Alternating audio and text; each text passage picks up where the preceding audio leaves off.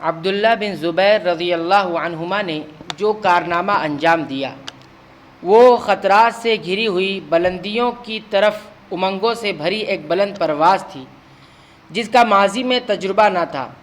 اس وقت آپ کی عمر صرف 27 سال تھی۔ اس سے پہلے آپ کی جانبازی کا اس طرح کا کوئی واقعہ سامنے نہیں آیا تھا۔ یہاں یہ سوال پیدا ہوتا ہے کہ اس عظیم جانبازی کی طرف آپ نے کیسے پیش قدمی کی، جبکہ ظن غالب بلکہ عرف عام میں یقین کی حد کو یہ بات پہنچتی ہے کہ اس میں ہلاکت ہی ہلاکت تھی۔ اس طرح کی جانبازیوں کے سلسلے میں جو احتمالات ممکن ہو سکتے ہیں وہ دو باتیں ہو سکتی ہے جو اس وقت اس جانباز کے دل و دماغ میں رہی ہوں گی۔ نمبر 1، وہ اپنے حملے میں کامیابی سے ہمکنار ہوں گے اور بربر کے بادشاہ جرجیر کا خاتمہ کر دیں گے، اور اس طرح اس کا لشکر بکھر جائے گا جیسا کہ کفار کی عادت ہے، اور اس طرح مسلمانوں کو زبردست فتح اور نصرت حاصل ہوگی اور وہ اس خطرناک مارکے سے بچ جائیں گے جس سے مسلمان خوف زدہ ہے۔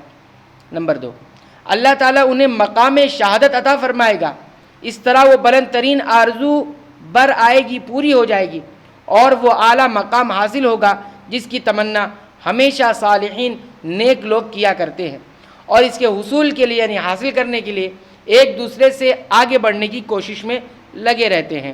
مزید اس صورت میں کفار کا خوف زدہ ہونا اور ان کا مرعوب ہونا زیادہ قرین قیاس تھا، کیونکہ وہ یہ سوچنے پر مجبور ہوں گے کہ مسلمان جن سے ان کا مقابلہ ہے وہ اسی نوعیت کے بہادر ہیں، کیونکہ جانباز کی شجاعت اور بہادری کے لیے اتنی بات کافی ہے کہ وہ اپنے آپ کو بھڑکتے ہوئے مارکے میں ڈال دے۔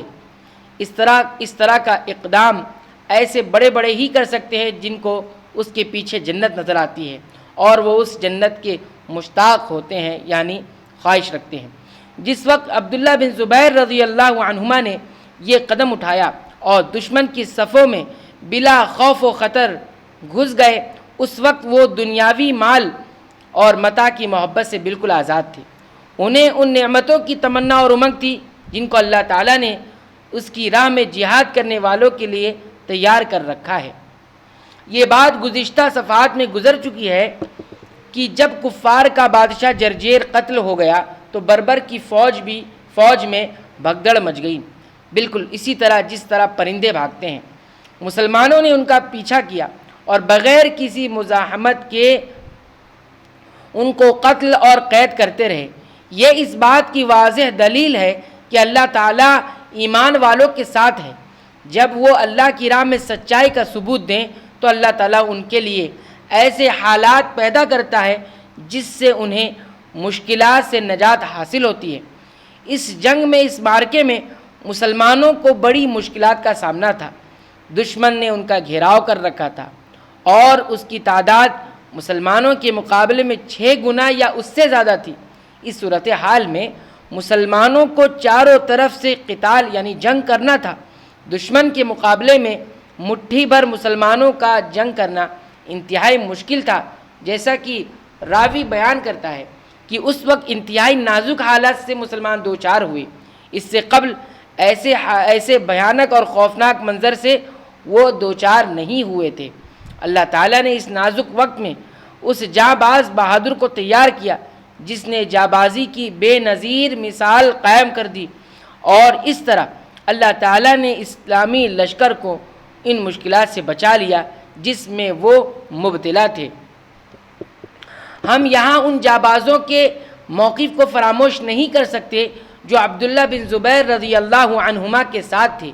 وہ برابر اس کارنامے میں شریک رہے، اگرچہ تاریخ ان کے ناموں کی فہرست پیش نہیں کی ہے، لیکن ان کا یہ فدائی کارنامہ تاریخ کے صفحات پر ہمیشہ باقی رہے گا، اور جب بھی دنیا میں امت کے جانبازوں کے مفاخر کا یعنی فخر کارناموں کا تذکرہ ہوگا انہیں ضرور یاد رکھا جائے گا، اور آخرت میں اللہ تعالیٰ نے سچے مجاہدین کے لیے جو وعدہ فرمایا ہے انہیں ضرور حاصل ہوگا۔ مسلمانوں نے افریقہ کی فتوحات میں اپنا سب کچھ پیش کر دیا۔ ان میں سے بہت سو نے جام شہادت نوش فرمایا یعنی اپنی جان دے دی۔ عثمان رضی اللہ عنہ کی خلافت میں افریقہ میں جہاد کرتے ہوئے جن جانوں نے اپنی جان اللہ کے سپرد کی ان میں سے ابو ذؤب ذوحذلی بھی ہے جو ایک مشہور شاعر تھے. انہی کا یہ شعر ہے کہ جب موت اپنے ناخن چبا دیتی ہے تو کوئی تعویذ کارگر نہیں ہوتا. تو یہ تذکرہ تھا افریقہ کی فتوحات کا اور ان کے جابازوں کا، خصوصی طور پر عبداللہ بن زبیر رضی اللہ عنہما کا. اللہ تعالیٰ سے دعا کرتے ہیں کہ رب العالمین اس امت کو بھی ایسے جابازوں کی طرح اپنے بچوں کی، اپنے نسلوں کی تربیت کرنے کی توفیق عنایت فرما. آمین. وآخر دعوانا ان الحمد للہ رب العالمین.